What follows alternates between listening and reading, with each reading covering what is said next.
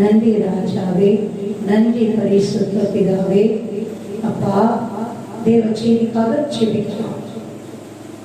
இம்மட்டுமாய் உங்கள் திருச்சமூகத்திலே உம்மை பாடி துதிக்கவும் ஆராதிக்கவும் மகிமைப்படுத்தவும் தகப்பன் பாராட்டின மேலான கிருபைகளுக்காக உமக்கு ஸ்தோத்திரம். நன்றி அப்பா, நன்றி அப்பா. இப்பொழுதும் கூட என்னை முற்றிலுமாய் மறைத்து நீங்க மாத்திரம் வெளிப்படுவீராக. உங்க வார்த்தைகள் மாத்திரம் வெளிப்படுவதாக. நீங்க பேசுங்கப்பா. உங்க அடியவர்கள் நாங்கள் கேட்கிறோம். உங்க உயிருள்ள வார்த்தைகளாய், மகிமை நிறைந்த வார்த்தைகளாய், ரேமா வார்த்தைகளாய், பரலோக மன்னாவாய், கொழுமையான பதார்த்தமாய், ஞான பாலாய், ஆசீர்வாதமான மழைத்துளியாய், ஆசீர்வாதமான பனித்துளியாய், ஜீவ அப்பமாய், தகப்பனே சுகமாய், பலனாய், ஆரோக்கியமாய் இறங்கி நிரப்பட்டோ அப்பா. உங்க வார்த்தைகள் எந்த பட்டயத்தை பார்க்கிலும் கருக்கான, இருபுறமும் கருக்கான பட்டயத்தை போல, சம்மட்டியை போல, அகிலியை போல இறங்கி இருளின் சகல காரியங்களையும், இருளின் வல்லமைகளையும், இருளின் செயல்பாடுகளையும், இருளுக்குண்டான யாவற்றையும் சுட்டெரித்து சாம்பலாக்கி போடட்டும். எங்களுக்கு விரோதமான சகல காரியங்களை நிர்மூலமாக்கி போடட்டும். நன்றி அப்பா, நன்றி அப்பா. நீங்க பேசுங்க.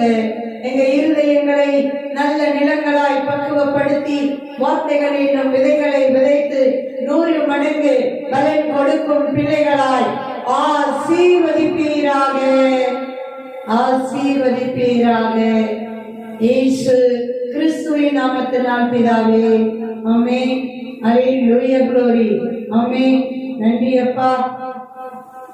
இந்த ஏப்ரல் 2024 அப்பா நமக்கு ஆசீர்வாதமான வாக்குத்தத்த வசனத்தை கொடுத்திருக்கிறார். அல்லேலூயா. ஏசாயா தீர்க்கதரிசன புத்தகம் 54ஆம் அதிகாரம் 13ஆம் வசனம். உன் பிள்ளைகள் எல்லாரும் கர்த்தரால் போதிக்கப்பட்டிருப்பார்கள். உன் பிள்ளைகளுடைய சமாதானம் எளிதாய் இருக்கும். ஹல்லேலூயா. உன் பிள்ளைகள் எல்லாரும் கர்த்தரால் போதிக்கப்பட்டு இருப்பார்கள். உன் பிள்ளைகளுடைய சமாதானம் பெரிதாயிருக்கும். இயேசு கிறிஸ்துவின் நாமத்தினாலே அப்பா, எங்கள் ஜீவனுள்ள நாளெல்லாம் உன் வாக்கு தத்தத்தை, அருள் வாக்கை பெற்றுக் கொள்ளுகிறோம், சுதந்திரித்துக் கொள்ளுகிறோம். ஜீவனுள்ள நல்ல பிதாவே, ஆமென். அல்லேலூயா, glory. நன்றி அப்பா. இப்பொழுதும் கூட நம்ம வாசித்து தியானிக்கும்படியாய் 1 ராஜாக்களின் புத்தகம் 19ஆம் அதிகாரம் 1 முதல் வாசிக்கலாம். எலியா செய்த எல்லாவற்றையும், அவன் தீர்க்கதரிசிகள் எல்லாரையும் பட்டயத்தாலே கொண்டு போட்ட செய்தி அனைத்தையும் ஆகாப் எசபேலுக்கு அறிவித்தார். அப்பொழுது எசபேல் எலியாவினிடத்தில் ஆள் அனுப்பி, அவர்களில் ஒவ்வொருவருடைய பிராணனுக்கும் செய்யப்பட்டது போல நான் நாளை இந்நேரத்தில் உன் பிராணனுக்கு செய்யாதே போனால் தேவர்கள் அதற்கு சரியாகவும் அதற்கு அதிகமாகவும் எனக்கு செய்யப்படவர்கள் என்று சொல்ல சொன்னார். அவனுக்கு அது தெரிந்தபோது எழுந்து தன் பிராணனை காக்க யூதாவை சேர்ந்த பேசேவாவுக்கு புறப்பட்டு போய் தன் வேலைக்காரனை அங்கே நிறுத்தி விட்டார். அல்லேலூயா. 18ஆம் அதிகாரத்தை முழுவதும் வாசிச்சோம்னா ரொம்ப மகிமையா இருக்கும். பாருங்க, தேசத்துல ஆசீர்வாதம் ஏன் இல்லாம போகுது? பஞ்சம், பயங்கரமான பஞ்சம்.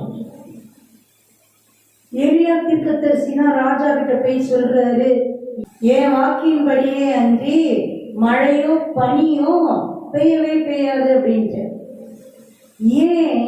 தேசத்து ஜனங்களின் பாவத்தின் திரட்சி, மந்திரவாதங்களும் பிழி சூனியங்களும் அப்படி அந்த பெருகி கிடக்கிற நரபலிகளும் பெருகி கிடக்கிற ஒரு காலகட்டமா இருக்குது. நம்ம வாசிக்கும் போதே நல்லா தெரியுது. பாருங்க, இவங்க என்னமோ செஞ்சு பார்க்குறாங்க. அவங்க அந்த பாகால் அப்படின்னு சொல்ற தெய்வம், மழைக்கு தெய்வம்னு சொல்றது, பாருங்க என்னென்னமோ செஞ்சு பார்க்குறாங்க. தலைகீழ நின்னாலும் ஒரு துளி மழை கீழே விழல. தேவனுடைய தீர்க்க தரிசி அவர் போய் சொல்லிட்டு வந்துட்டாரு, ஏன் வாக்கின்படியே என்று மழையோ பனியோ பெய்யாது. தேவன் சொன்னதை அவர் போய் சொல்லிட்டு வந்துட்டார். பாருங்க, இவங்க அரண்மனையில மட்டுமே ஒரு 850 ஆளுகளை வச்சு அந்த மாதிரி வேலைகள் எல்லாம் பாக்குறாங்க. அரண்மனை சாப்பாடை போட்டு சம்பளம் கொடுத்து எல்லாம் பாக்குறாங்க. ஆனா ஒன்னும் நடக்கல. தேவனுடைய தீர்க்கதரிசிகளை அதான் பாருங்க, எப்பயுமே நம்ம தான் புத்திசாலி நினைச்சிட்டு தேவனுடைய பிள்ளைகளையும் ஊழியர்களையும் துன்பப்படுத்துறதுக்கு அந்த துணிவு வரக்கூடாது. பாருங்க, அந்த மாதிரியான சூழ்நிலையா இருக்கு. தேவனுடைய தீர்க்கதரிசிகள் எல்லாம் போட்டு கொள்ள ஆரம்பிக்கிறாங்க. அப்ப ராஜாவுக்கு கூடயே இருக்கிற உபதியா அப்படிங்கிற அந்த போர் தலைவன் அவன் பாருங்க ஒரு 50 பேரை 100 பேரை கெபிகள்ல வச்சு குகைகள்ல வச்சு பாதுகாத்து அவங்களுக்கு சாப்பாடு கொடுத்து பாதுகாக்கிறார். அந்த மாதிரியான சூழ்நிலை ஏன் அந்த மாதிரியான பஞ்சங்களும் தீமைகளும் தேசத்துல வருது? தேவனுக்கு பிரியம் இல்லாத அருவருப்பான பாவ காரியங்கள் மிஞ்சி மிஞ்சி மிஞ்சி அக்கிரம செய்கைகள் மிஞ்சி மிஞ்சி நடக்கும்போது தேவனுடைய நியாயத்தீர்ப்புகள் இறங்கி வருது. அதனாலதான் தேசத்தில் பாவங்கள் பெருகக்கூடாதபடிக்கு நம்ம ஜெபிக்க வேண்டியது நம்முடைய கடமையா இருக்குது. விபச்சாரங்களும் வேசித்தனங்களும் காம விகாரங்களும் அப்படியே இருளின் காரியங்களும் பாருங்க, முந்தி மறைஞ்சு மறைஞ்சு மறைஞ்சு இருந்த காரியங்கள்லாம் இப்ப அப்படி தைரியமா வெளியரங்கமா தாராளமா பாருங்க. பாவ காரியங்கள் துணிகரம் கொண்டுச்சுன்னா அது தேவனுடைய நியாயத்திற்கு கொண்டு வந்துடும். மறந்துடக்கூடாது. பாவிகளும் துரோகிகளும் துன்மார்க்கர்களும் துணிகரம் கொண்டு வெளியரங்கமா காரியங்களை நடப்பிக்க ஆரம்பிச்சா தேவனுடைய நியாயத்திற்கு இறங்கி வந்துடும். அதனாலதான் நம்ம ஜெபிக்கிற பிள்ளைங்க, தேவனுடைய பிள்ளைங்க, தேவனுடைய ஊழியக்காரங்க ஜெபிக்கணும். என்ன ஜெபிக்கணும்? தேசத்தில் பாவங்கள் பெருகக்கூடாதபடி பாவங்களை பெருக்குகிற வல்லமைகள் கட்டப்படணும். தேவன் அருவருக்கிற காரியங்கள் செயலிழந்து போகணும். தேவனுடைய செயலைகள் இறங்கணும். தெய்வ பிரசன்னம் இறங்கணும். தெய்வ மகிமை நிரப்பணும். நீதி, நேர்மை, பரிசுத்தம், அன்பு, உண்மை அதெல்லாம் அப்படியே நிறைவா நிரப்பணும்னு ஜெபிக்கணும். அல்லேலூயா. பாருங்க, அந்த 18ஆம் அதிகாரத்துல அவ்வளோ மகிமையா ஆண்டவர் சொல்றாரு, 3 வருஷம் ஆகுது, ஒரு மனத்துளி வரல. ஆண்டவர் இப்ப போய் ராஜா கிட்ட காண்பி அப்படிங்கிறாரு. இவர் போறாரு, போய் அந்த உபதியா மூலமா ராஜா கிட்ட போறாரு. பாருங்க, போனோன்னா எல்லா ஜனங்களையும் கர்மேல் பருவத்துல கூட்டி சேருங்கிறாங்க.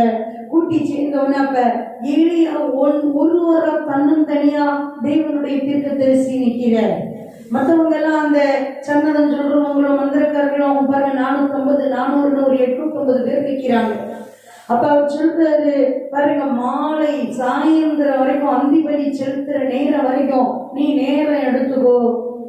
நீ என்ன செய்வீங்களோ செய்யுங்க, பலி செலுத்துங்க. நெருப்பே போடாம பலி செலுத்தணும்.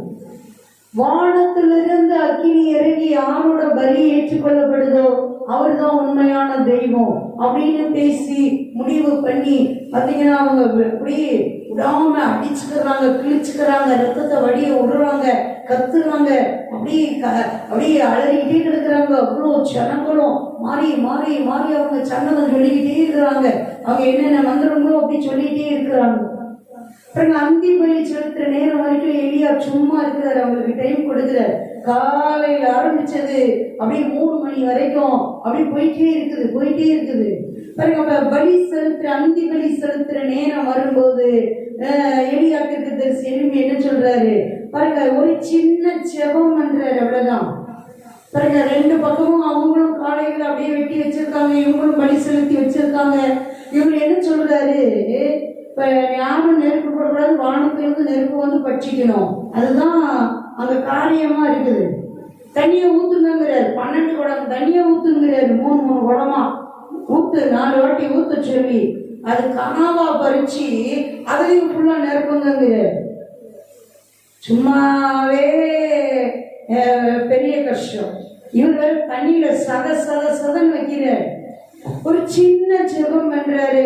தேவனே, நீங்க தான் சொன்னீங்க, உங்க வார்த்தையின்படிதான் நான் இதை செய்யறேங்கிறத பாக்குற ஜனங்கள் எல்லாம், தேசத்து ஜனங்கள் எல்லாம் அறியட்டும் அப்படின்னு சொல்லி அப்படியே ஜனங்கிட்ட முதல் பேசுறாரு. என்ன பேசுறாரு? பலிப்பிடமே உடஞ்சி கிடக்குது, செப்பனிட்டு அதை வச்சுதான் ஒரு சின்ன ஜெபம் தான் செய்யறாரு. வானத்திலிருந்து அக்னி இறங்கி அப்படியே அந்த பலிய எலியா வச்ச பலிய தண்ணிய கற்களையெல்லாம் அக்னி அப்படியே நெக்கி போட்டது அப்படின்னு வசனம் சொல்லுது. எவ்வளவு ஒரு அற்புதமான காரியம் பார்த்தீங்களா? அவ்வளோ நேரம் ரெண்டு மனசார்ந்த தேசத்து ஜனங்க முகம் கூப்பிட விழுந்துட்டாங்க.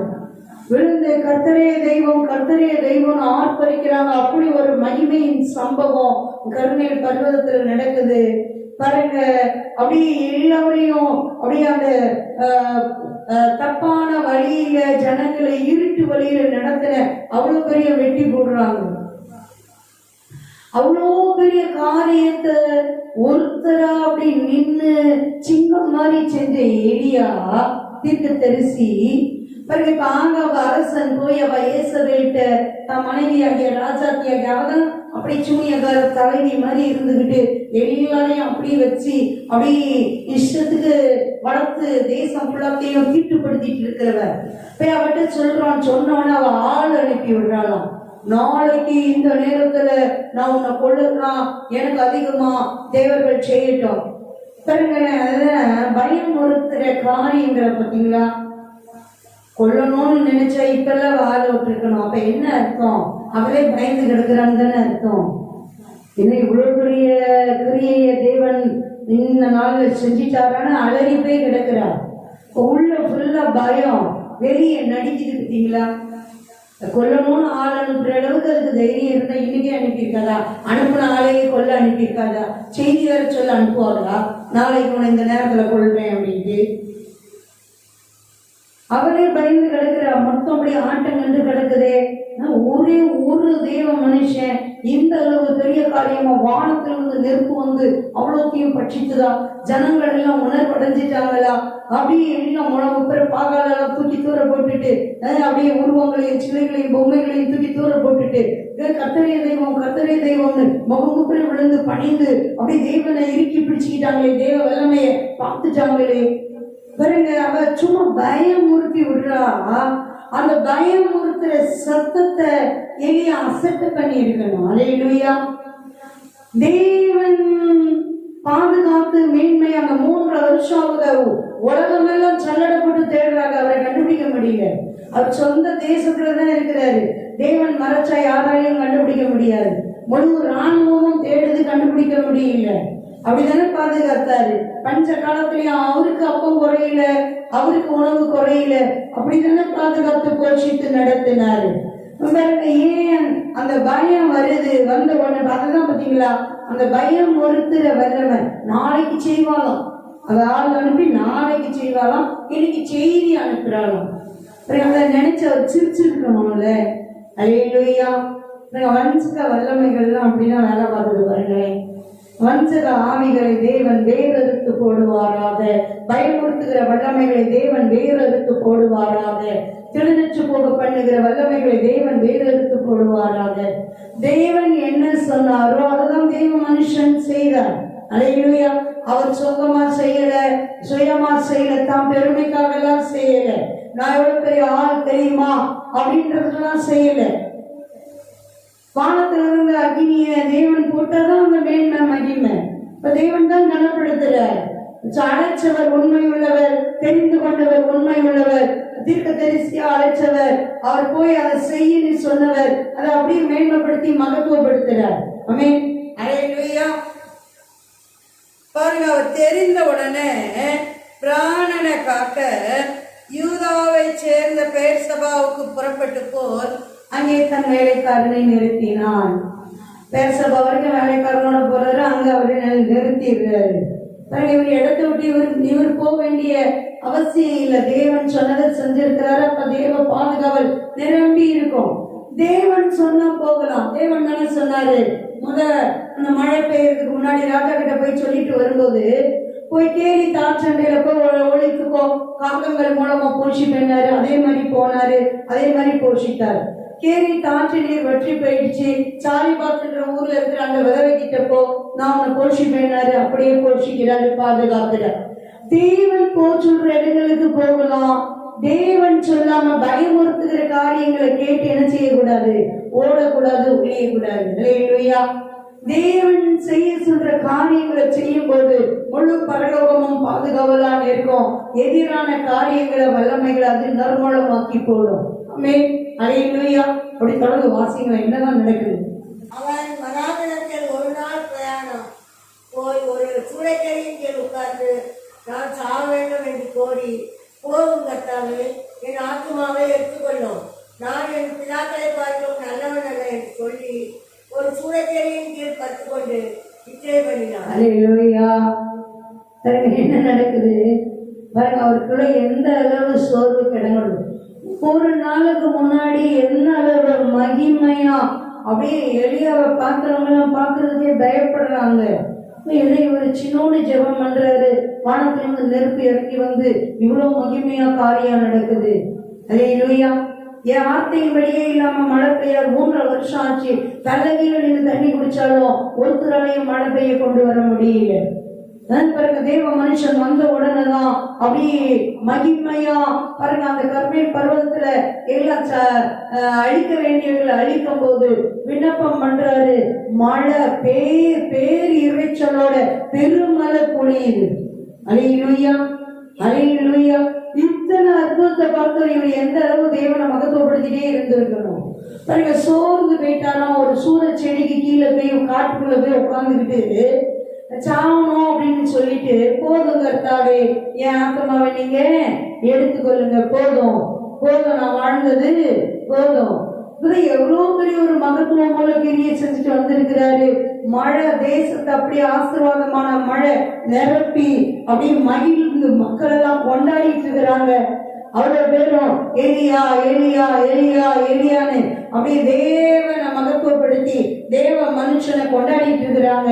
இவரு என்ன பண்ணிட்டு இருக்கிறாரு பாருங்க. அவ அலறி போய் பயந்து போய் ஒன்னும் செய்யறதுக்கு செயலந்து போய் கிடக்கிறவ, அவர் சொன்ன வார்த்தைக்காக இந்த பிசாசோட வஞ்சகம் பார்த்தீங்களா, போய் சூடு செடிகளை உட்காந்துட்டு, போதும் கர்த்தாவே, என் ஜீவனை எடுத்துக்கொள்ளும், நான் என் பிதாக்களை பார்க்கலும் நல்லவன் இல்லை, இவர் பிதாக்களை பார்க்கலும் நல்லவன் இல்லைன்னு இப்பதான் தெரியுமா ஆண்டவருக்கு.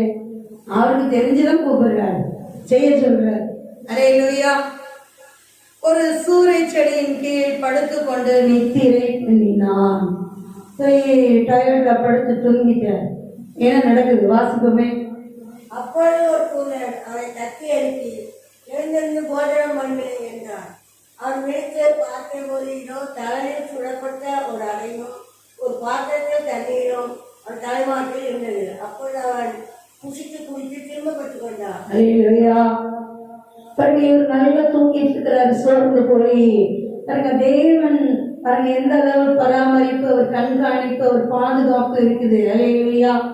தூதனை அனுப்புறாரு. அப்படியே சோர்ந்து போய் பயந்து போய் காட்டுக்குள்ள ஒரு சூற செடிக்கு கீழே படுத்துட்டு இருக்கிறான். டயர்டு வேற, பசி வேற, தூங்கிட்டு இருக்கிறார். பாருங்க, தூதன் வந்து தட்டி எழுப்பி, எந்திரிங்க சாப்பிடுங்க. பார்த்தீங்க, எந்திரிச்சு பார்த்தாக்கா நல்லா அடை, சுட சுட தழல்ல சுடப்பட்ட அடை. தழல்ல சுடப்பட்ட அடைன்னா என்னது?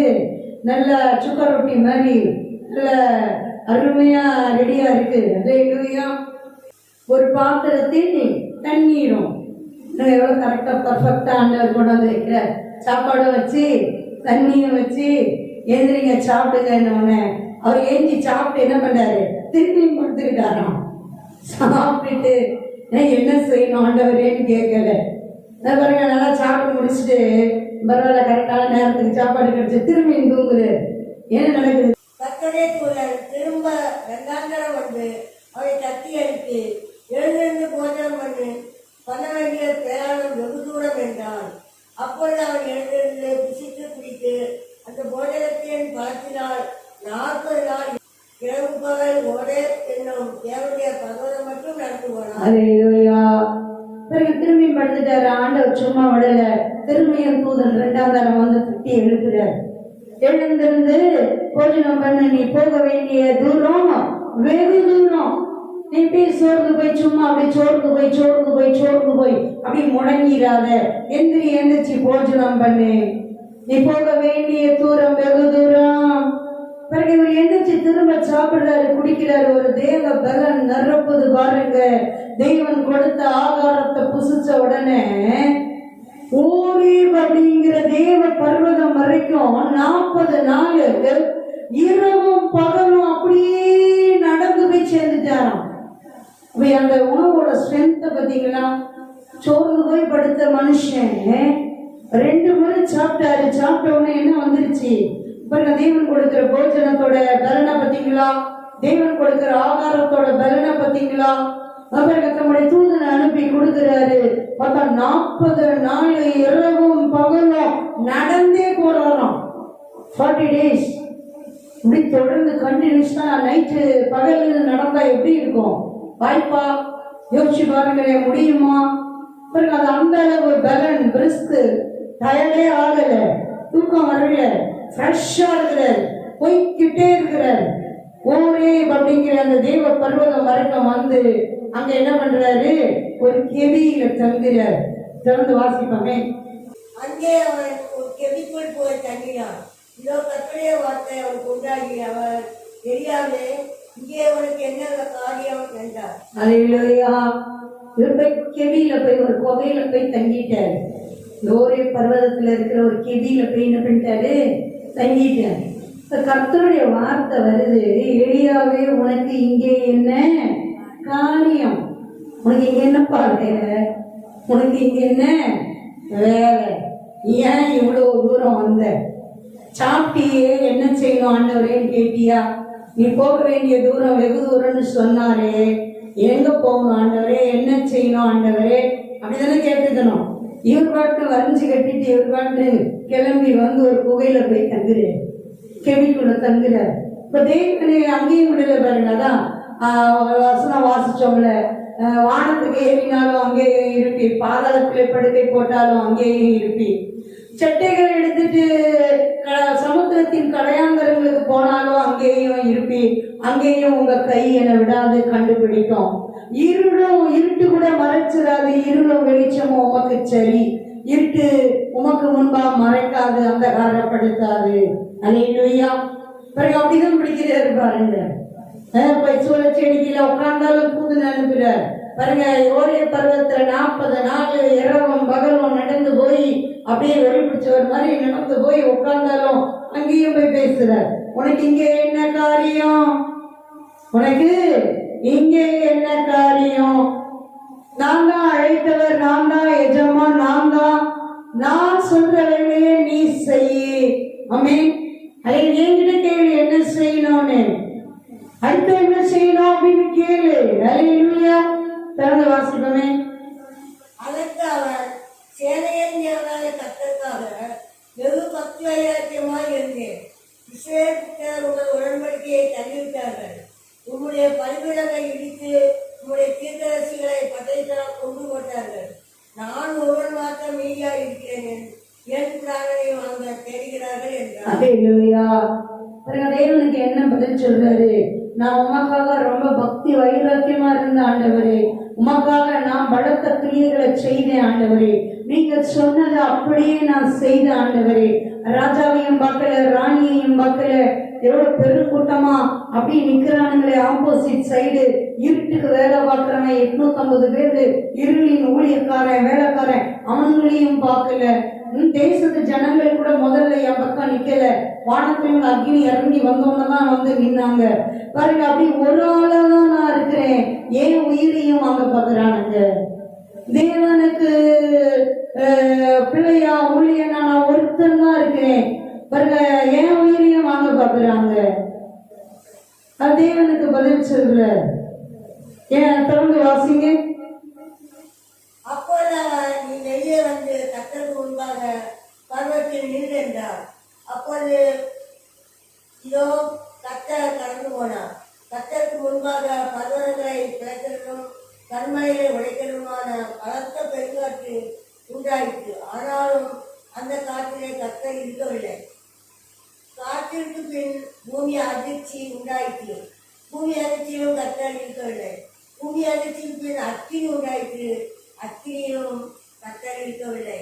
அக்கினிக்கு பின் அமர்ந்த மெல்லிய சத்தம் உண்டாயிற்று. அல்லேலூயா.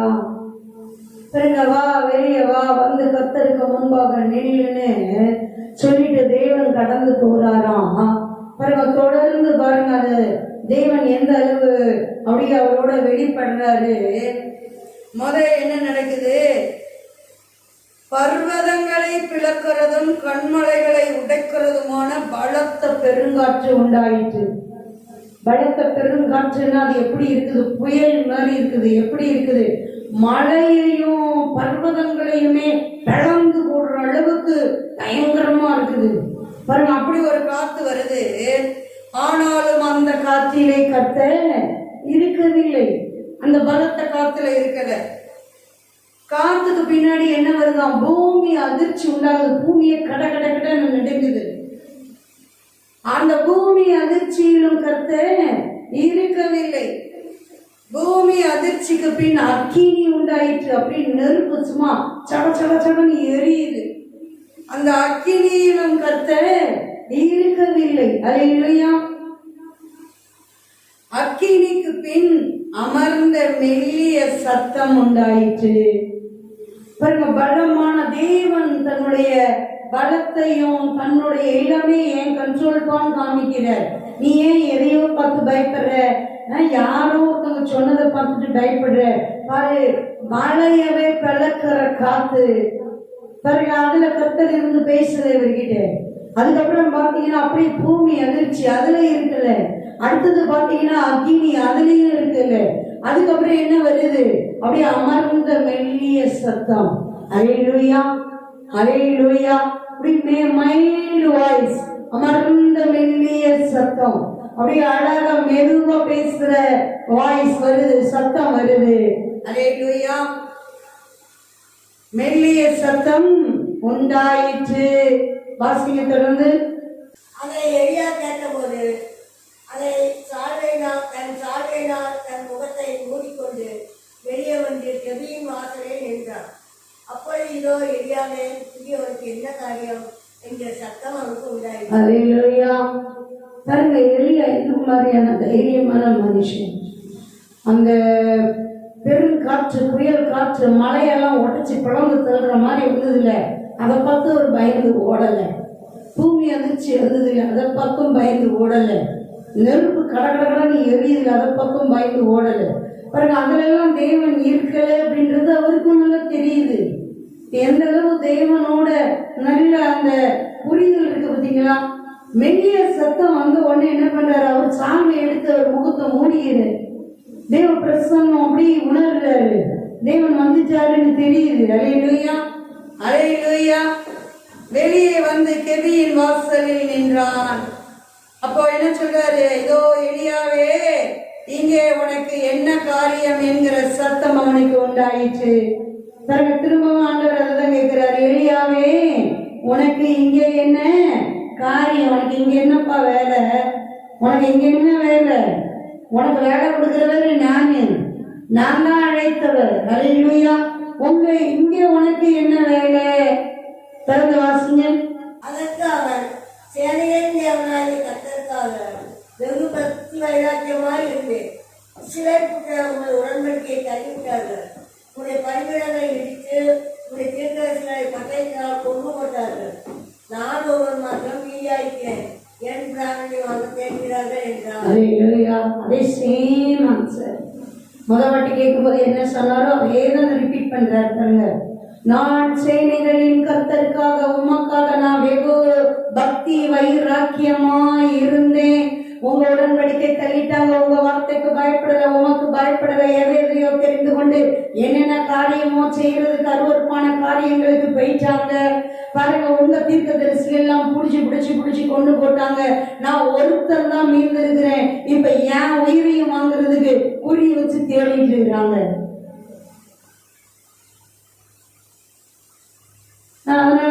ஓடி வந்திருக்கேன். இங்க என்ன உனக்கு வேலைன்னு கேட்டோன்னு அவர் அதான் சொல்றார்.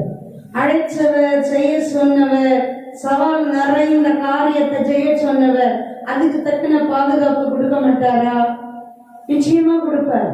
நம்மளை என்ன செய்ய சொல்றாரோ அது செஞ்சா போதும், மற்றதெல்லாம் அவர் பார்த்துக்கிறார். இவர் சூத செடிகளை போய் படுத்துட்டு இருந்தாரு, இவருக்கு சாப்பாடு வேணும்னு இவர் ஜோம் பண்ணி வேண்டியா கேட்டா கொடுத்தாரு. தானா வருது பாருங்க, தானா வருது பாருங்க. சாப்பிட்டுட்டு பதில் நினைச்சு என்ன ஆண்டவரை செய்யணும்னு கேட்காம இவர் இஷ்டத்துக்கு எங்கேயோ ஓடி போனா எப்படி? தேவன் பாருங்க அப்பயும் எவ்வளவு மகிமையா சந்திச்சு பாருங்க, இவர் மனசுல அப்படியே ஆழமா பதிஞ்சிருச்சு. நான் ஒருத்தன் தான் இருக்கிறேன், வேற யாருமே இல்லை, எதையும் கொல்ல பாக்குறானுங்க. எவ்வளவு மகிமையான தீர்க்கதரிசி பாருங்க. அவருக்கு உண்மைக்கு அதுதான், ஒருத்தருமே இல்லையே, என் கூட சேர்ந்து நிக்கிறதுக்கு ஒருத்தருமே இல்லையே, நான் தனியாக விடப்பட்டிருக்கிறேன், என் கூட என் கைகளை பலப்படுத்துறதுக்கு தேவனுடைய தீர்க்கதரிசிகள், தேவனுடைய பிள்ளைகள் இல்லையே. இது கர்மேல் பர்வதத்தில் அந்த சம்பவம் நடக்கிறதுக்கு முன்னாடி ஓகே. பிறகு முழு தேசத்தின் ஜனங்களும் வானத்திலிருந்து அக்னி இறங்கி பலியை பட்சித்த உடனே கர்த்தரே தெய்வம், கர்த்தரே தெய்வம் முகம் குப்புற விழுந்து கர்த்தர் தான் தெய்வம்ன்றத உறுதியா அறிந்து கொண்டாங்க. அதுக்கப்புறம் பாருங்க இவர் வேண்டுதல் செய்யறாரு. மழை அப்படி சும்மா பெரும் மழை, நல்ல ஆசீர்வாதமான மழையா வெளுத்து வாங்குது. 3.5 வருஷம் கழிச்சு மழை பெய்யுது. ஜனங்கள்லாம் அப்படியே தேவனை மகத்துவப்படுத்தும்படி தேவனுடைய தாசனாகிய ஊழியக்காரனை அப்படி அவர் கூப்பிட்டிருந்தாரு. மொத தேசத்து ஜனங்கள் வந்து அவர் கூட நின்றுப்பாங்க. ஏன்னா இப்ப தேவனுடைய வல்லமை அவங்க கண்ணார பார்த்து அனுபவிச்சுட்டு இருக்கிறாங்க. இவர் இப்பயும் பாருங்க ஓடி போய் உட்கார்ந்து உண்மைக்கு ஒருத்தருமே இல்லாத போது தைரியமா நின்னாரு. இப்ப முழு தேசத்தின் மக்களும் கண்கள் திறக்கப்பட்டு இவர் பக்கத்துல நிக்கிறாங்க. பாருங்க இவரு யாருமே இல்லைன்னா அவ சொன்ன வார்த்தையை கேட்டு பயந்துட்டு அதை போய் சொல்லிட்டு இருக்கிறாரு. பாருங்களேன் ரியாலிட்டி என்னது?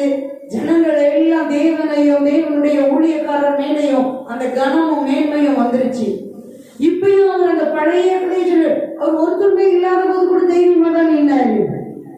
இப்ப அவர் கூப்பிட்டு அத்தனை ஜனங்களும் வந்து இவரு பக்கத்துல நிற்பாங்க, இவருக்கு சப்போர்ட்டா. முழு தேசமே இருக்கு, ஆகவே ராஜாவே வந்து இவர் பக்கத்துல தான் நிற்பான். பாருங்க அதான் பிசிக்ஸோட வஞ்சனம். பாருங்க ரியாலிட்டிய உணராம தான் யாரு எனக்கு என்ன இருக்குன்னு தெரியாம பாருங்க இவர் அதே பத்தில தேவன்டே சொல்றாரு. தொடர்ந்து வாசிப்போமே, தேவன் அதுக்கு என்ன சொல்றாரு பாருங்க. அப்பொழுது கர்த்தர் அவனை பார்த்து தமஸ்குவின் வழியாய் வனாந்தரத்துக்கு திரும்பி போய் ஆசிரியரை சீரியாவின் மேல் ராஜாவாக அபிஷேகம் பண்ணி, பின்பு முசியின் குமாரனாகிய யெகூவை இஸ்ரவேலின் மேல் ராஜாவாக அபிஷேகம் பண்ணி, ஆபேல் மெகோலா குமாரனாகிய சாப்பாத்தின் குமாரனாகிய எலிசாவை உன் ஸ்தானத்திலே தீர்க்கதரிசியாக அபிஷேகம் பண்ணு. சம்பவிப்பதாவது, ஆசகரின் பட்டயத்திற்கு தப்பினவனை யெகூ கொண்டு போடுவான், யெகூவின் பட்டயத்திற்கு தப்பினவனை எலிசா கொண்டு போடுவான். ஆனாலும் பாகாலுக்கு முழங்கால் இருக்கிற முழங்கால்களையும் அவனை உடனடியாக இருக்கிற வாய்களையும் உடைய 7000 பேரை இஸ்ரவேலிலே நீதியாக வைத்திருக்கிறேன் என்றார். தேவன் பேசுறாரு. என்ன பேசுறாரு பாருங்க, திரும்ப திரும்ப கேட்கிறாரு. எலியா அப்ப என்ன சொல்லிருக்கணும்? தேவனே நான் என்ன செய்யணும் சொல்லுங்கன்னு கேட்டிருக்கணும். இவர் அப்படி கேட்கல, திரும்பவும் அதே பதில தான் சொல்றாரு. உடனே பாருங்க தேவன் அவர் செய்ய வேண்டிய வேலைகளை சொல்றார். சரி நீ என்னுடைய தீர்க்கதரிசிப்பா, சரி இப்ப நீ போதும்னு நினைச்சிட்டல, திரும்ப திரும்ப நானே வந்து பேசியும் என்ன செய்யணும் ஆண்டவரேன்னு கேட்கல. அடுத்து என்ன செய்யணும்ன்றத தேவன் அவருக்கு அழகா சொல்றாரு. என்ன சொல்றாரு? தமஸ்குவின் வழியாய் வனாந்தரத்துக்கு திரும்பி போ, ஆசகேலை என்ன பண்ணு, சீரியாவின் மேல ராஜாவா அபிஷேகம் பண்ணு, நிம்சியின் குமாரனாகிய யெகூவை இஸ்ரவேலின் மேல் ராஜாவா அபிஷேகம் பண்ணு, ஆபேல் மெகோலா ஊரானாகிய சாப்பாத்தின் குமாரனாகிய எலிசாவை உன் ஸ்தானத்துல தீர்க்கதரிசியா அபிஷேகம் பண்ணு. சம்பவிப்பது என்ன சம்பவிக்கும்? ஆசகேலின் பட்டயத்துக்கு தப்பினவனை யெகூ கொண்டு போடுவான், யெகூவின் பட்டயத்துக்கு தப்பினவனை எலிசா கொண்டு போடுவான். பாருங்க அப்படி நான் வைக்கிறேன். ஆனாலும் தேவன் என்ன சொல்றாரு? பாகாலுக்கு முடங்காது இருக்கிற முழங்கால்களையும் அவனை முத்தம் செய்யாதிருக்கிற வாய்களையும் உடைய 7000 பேரை இஸ்ரவேலிலே மீதியாக வைத்திருக்கிறேன் என்றார். பாருங்க, போய் நீ அப்படியே அபிஷேகம் பண்ணி ராஜாக்களை அபிஷேகம் பண்ணு. ஆசகேல சீரியாவுக்கு ராஜாவா அபிஷேகம் பண்ணு. யெகூவை இஸ்ரவேலுக்கு ராஜாவா அபிஷேகம் பண்ணு. உன் ஸ்தானத்துல எலிசா, சாபாத்தின் குமாரனாகிய எலிசாவை தீர்க்கதரிசியா அபிஷேகம் பண்ணு. அவங்க பார்த்துக்கிடுவாங்க. அப்புறம் பாருங்க, ஒரு இன்ஃபர்மேஷன் கொடுக்கிறாரு தேவன். நீ நான் ஒருத்தந்தான் இருக்கேன், நான் ஒருத்தந்தான் இருக்கேன், நான் ஒருத்தந்தான் இருக்கேங்கிறியப்பா. அது நிஜம் இல்ல, உண்மை இல்ல. பாருங்க, பாகாலுக்கு முன்பாய் முடங்காத அப்படி முழங்கால்களையும் அதை முத்தம் செய்யாத வாய்களையும் உடைய 7000 பேரை வச்சிருக்கேங்கிற. அல்லேலூயா, அல்லேலூயா. ஒரு தீர்க்கதரிசி தான், ஆனா அவருக்கு தெரியல, யாரும் இல்லை நினைக்கிறாரு. ஆனா வைராக்கியமா தேவனை மாத்திரம் மகிமைப்படுத்தும்படி பாருங்க, அந்த பாகால வணங்காத, முத்தம் செய்யாத, அப்படி அதுக்கு முன்னாடி முடங்காத அப்படி 7000 பேர் நான் வச்சிருக்கேங்கிற. அல்லேலூயா, அல்லேலூயா, அல்லேலூயா. பாருங்க, எலியா தீர்க்கதரிசி போய் அப்படியே செய்வார். போய் அப்படியே 12 ஏர் பூட்டி எலிசா விழுந்துட்டு இருப்பாரு. அவர் மேலே ஒரு சார்ஜ் எடுத்து போட்டு அப்படியே தீர்க்கதரிசி அபிஷேகம் பண்ணுவாரு. உடனே பாருங்க, அவரு அப்படியே அதை வேணான்னு சொல்ல மாட்டாரு. அவரு பாருங்க, ஒரு 12 ஏர் கூட்டி நல்ல வசதியான நல்ல உழைப்பாளி விவசாயி அவர் வேலை பார்த்துட்டு இருக்கிறாரு. பாருங்க, அவர் மேல அந்த தீர்க்க தரிசன அபிஷேகம் விழுது. உடனே அவர் சொல்றாரு, பாருங்க, நான் அப்படியே எல்லாருக்கிட்டையும் ஊருக்குள்ள போய் சொல்லிட்டு வந்துடுறேன்ட்டு அந்த ஏரை உடைச்சி விறகாக்கி அந்த மாடை அடிச்சு அப்படியே எல்லாத்துக்கும் விருந்து வச்சுட்டு வந்துடுறாரு. பாருங்க, அவர் செஞ்சுக்கிட்டு இருந்த வேலையை எந்த அளவு தேவ அழைப்புக்கு அவரு ஏன் அடுத்த அழைப்பு எலிசா மேல போச்சு பாத்தீங்களா? நான் யோசிக்கிறேன், நான் ஜெபம் பண்ணி கேட்கிறேன், நான் யோசிக்கிறேன், நான் பாக்குறேன், அம்மா அப்பாட்ட பர்மிஷன் கேட்கிறேன், போறேன், எதுவும் பேசல. பாருங்க, தேவனுடைய தீர்க்கதரிசி வந்து எலியா தீர்க்கதரிசி என்ன மாதிரியான தீர்க்கதரிசி முழு தேசத்துக்குமே தெரியும். பாருங்க, வானத்துல இருந்து அக்னி இறக்குனவர், மழையை கொண்டு வந்தவர். பாருங்க, அப்படி உடனே அவர் என்ன பண்றாரு, அத அழகா விருந்து வச்சு பழைய வேலையை முடிச்சு விட்டுட்டு வந்து எலியாவுக்கு பணிவிடைக்காரன் மாதிரி வேலைக்காரன் மாதிரி வேலை பார்க்கிறார். அல்லேலூயா, அல்லேலூயா. எலியா தீர்க்கதரிசி எடுத்துக்கொள்ளப்படும் வரைக்கும் அவருக்கு பணிவிடைக்காரன் மாதிரி கூடயே இருக்கிறார். எப்படி எலியா தீர்க்கதரிசிக்கு சொன்னாரோ அதே மாதிரி ஆசகேல சீரியாவின் மேலையும் அப்படியே யெகூவை இஸ்ரவேலின் மேலையும் ராஜாக்களை அபிஷேகம் பண்ணுகிறார். அல்லேலூயா.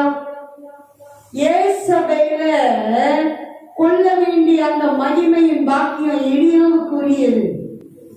பாருங்க, ஒரு சோர்ந்து போய் போதும் போதும் போதும் உடனே அது மாதிரி போகுது. அல்லேலூயா. பாருங்க, தலையடிச்சு கொள்ற மாதிரி அந்த சூரியக்காரியை அவள் அடிச்சு கொள்ள வேண்டிய அந்த பாக்கியம் பாருங்க அப்படி தாண்டி யெகூவின் கைகளால நடக்குது. அல்லேலூயா, அல்லேலூயா, அல்லேலூயா, அல்லேலூயா, அல்லேலூயா. பயமுறுத்துகிற வல்லமைகளையும் திசை திருப்ப பண்ணுகிற வல்லமைகளையும் தேவன் வைத்திருக்கிற மேன்மைகளை, அழைப்புகளை, ஊழியர்களை விட்டு ஓட பண்ணுகிற வல்லமைகளையும் தேவனுடைய சேனை இப்பொழுதே நற்மூலமாக்கி போடுவதாக. அல்லேலூயா. சதி சற்பனைகளை பயமுறுத்துகிற வல்லமைகளை தேவனுடைய சேனை நற்மூலமாக்கி போடுவதாக. அல்லேலூயா. சேர்த்திக்கலாம், வர நாட்கள்ல திறந்து தியானிக்கலாம். அன்பின் தகப்பனே, உண்மை நன்றியோடு சோத்தரிக்கிறோம் அப்பா. எத்தனை நல்லவராய் இருக்கிறீர். அழைத்தவர், மகிமையானவர், மேன்மையானவர். அப்பா, நீர் சொல்லுவதை செய்வதுதான் உம்முடைய ஊழியக்காரர்களின் வேலை. நீர்தான் எஜமான். அது எந்த வகை ஊழியமாய் இருந்தாலும் நீர் சொல்லுகிறதை செய்கிறதுதான் எங்களுடைய வேலை. அல்லேலூயா, அல்லேலூயா. எத்தனை மகிமையாய் எலியா தீர்க்கதரிசியை பயன்படுத்தினீர். அத்தனை மகத்துவமான காரியம் முடித்ததுக்கு அப்புறம் அவர் தேவனுடைய சமூகத்துல இருந்து அவ்வளவு பெரிய கிரியைகளை நடப்பித்ததற்காக துதிச்சுட்டே இருந்திருக்கணும், ஆராதிச்சுட்டே இருந்திருக்கணும், தேவனை மகத்துவப்படுத்திட்டே இருந்திருக்கணும். அவ ஒரு ஆள் அனுப்பி அவ எதையோ சொன்னானே, அதுக்கு பயம்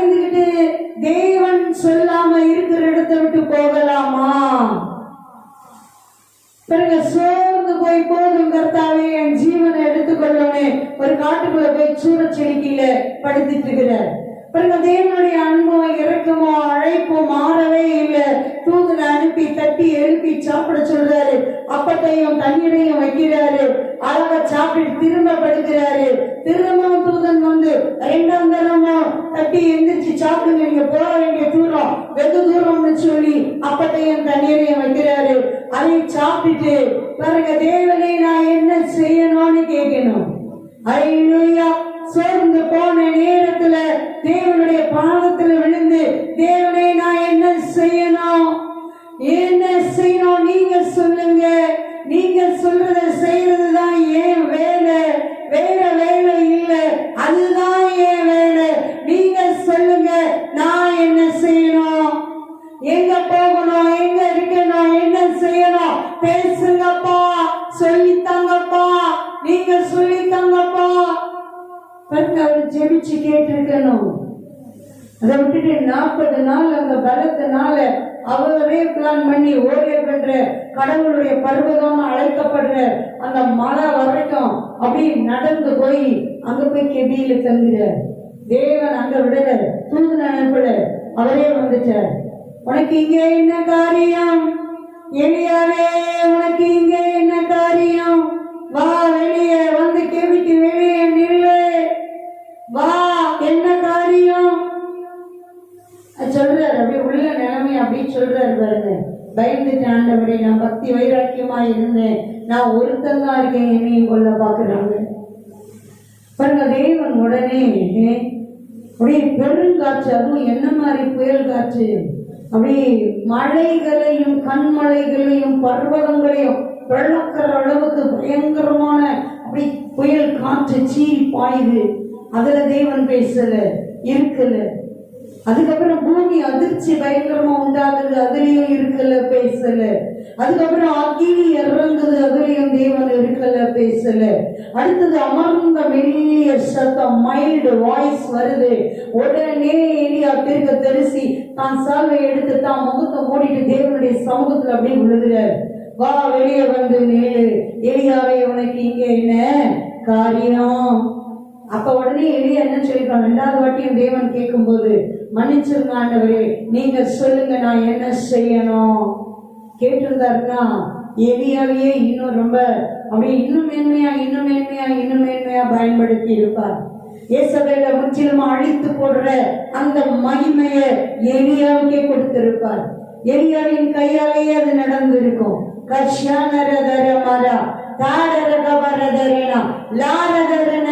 திருமவராதே பதில்தான் சொல்றார்.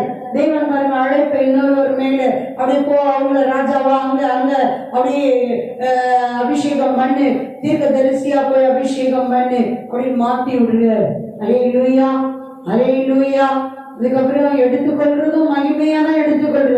அக்கினி ரதத்தையும் குதிரைகளையும், அக்கினி மயமான குதிரைகளையும் ரதத்தையும் அனுப்பிதான் அப்படியே அகினியா எரிஞ்சிட்டு இருக்கிற சாரத்தை தான் வச்சு அகினியின் தீர்க்கதரிசியாகிய எலியா தீர்க்கதரிசியை உயிரோட பரலோகத்துக்கு எலிசா கண் காண அப்படியே எடுத்துக்கொள்ற.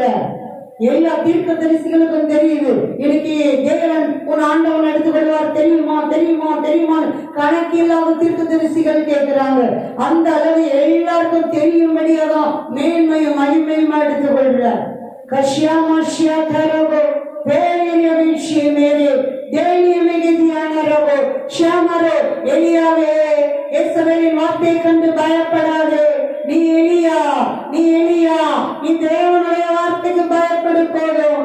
தேவனுடைய சுத்தத்தின்படி செய்யும் போது முழு பரலோக சேனை உன்னை சுற்றிலும் இருக்கிறது, உன் பாதுகாப்புக்காக இருக்கிறது. எதிரான ஏசவைகளை ஆனால் தேவனுடைய சேனை துண்டாடி போடும். பயமுறுத்துகிற வல்லமைகளை தேவனுடைய சேனை துண்டாடி போடும். எலியாவே நீ சோர்ந்து போகாதே, எலியாவே நீ ஓடி போகாதே. கரியம் மகதியான லகடனர தாரகதரனரதரன லம்ராதரனரதரன காரகதரனரதரனலர தாரகதரனரதரனலர ஷாரதரனரதரன காரதரனரதரனரக காரவாஷ்யாபடியாலரகபா. தகப்பனே தகப்பனே, அப்பா சோர்ந்து போன எளியாக்களை திடப்படுத்துவீராக. பின்வாங்கி போன எளியாக்களை திடப்படுத்துவீராக. சோர்ந்து பைச்சுரை செடியின் கீழே படுத்திருக்கிறது போல போதும் கர்த்தாவே என் ஜீவனை எடுத்துக் கொள்ளும் என்று சோர்ந்து போய் கிடக்கிற எளியாக்களை பரலோக போஜனத்தை தண்ணீரை கொடுத்து பலப்படுத்துவீராக, திடப்படுத்துவீராக. அவர்களை அழைத்த அழைப்பை சித்தத்தை அப்பா அப்பா நிறைவேற்றி முடிக்கும்படியாய் கிருபை செய்வீராக, பலப்படுத்துவீராக. கல்ஷாமரே தேவ பிள்ளைகள் மேலே, தேவ ஊழியக்காரர்கள் மேலே, ஏலியாக்கள் மேலே, எங்கள் ஒவ்வொருவர் மேலே தேவனுடைய வல்லமை இறங்கட்டும், மகிமை இறங்கட்டும்.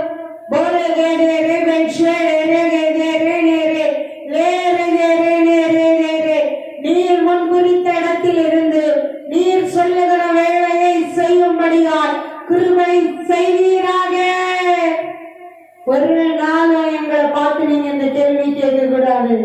உனக்கு இங்க என்ன வேலை, உனக்கு இங்க என்ன காரியம் கேட்க கூடாது. அப்பா அப்பா அப்படி நாங்க அப்படிப்பட்ட இடங்களுக்கு ஒரு நாளும் போக கூடாது, இருக்கக்கூடாது.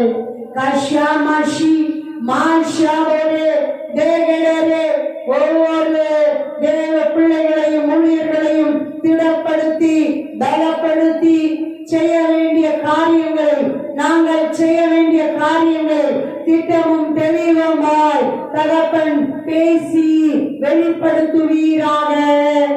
தகப்பன் பேசுவீராக.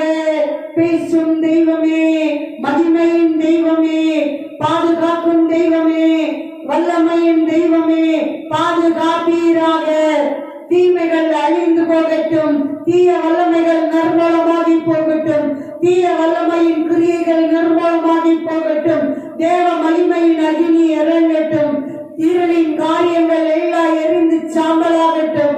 அப்பா தேவ மகிமை நிரப்பட்டும், தேவ வல்லமை நிரப்பட்டும். பயமுறுத்துகிற வல்லமைகள் நிர்மூலமாகி போகட்டும்.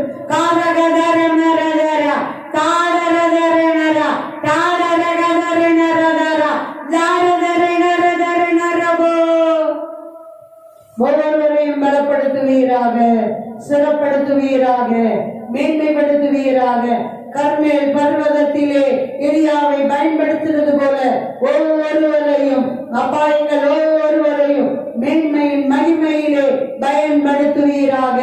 அற்புத வல்லமைகளால் நிறைத்து, அற்புத வரங்களால் நிறைத்து, அற்புத கனிகளால் நிறைத்து, மேன்மையும் மகிமையுமாய் பயன்படுத்துவீராக,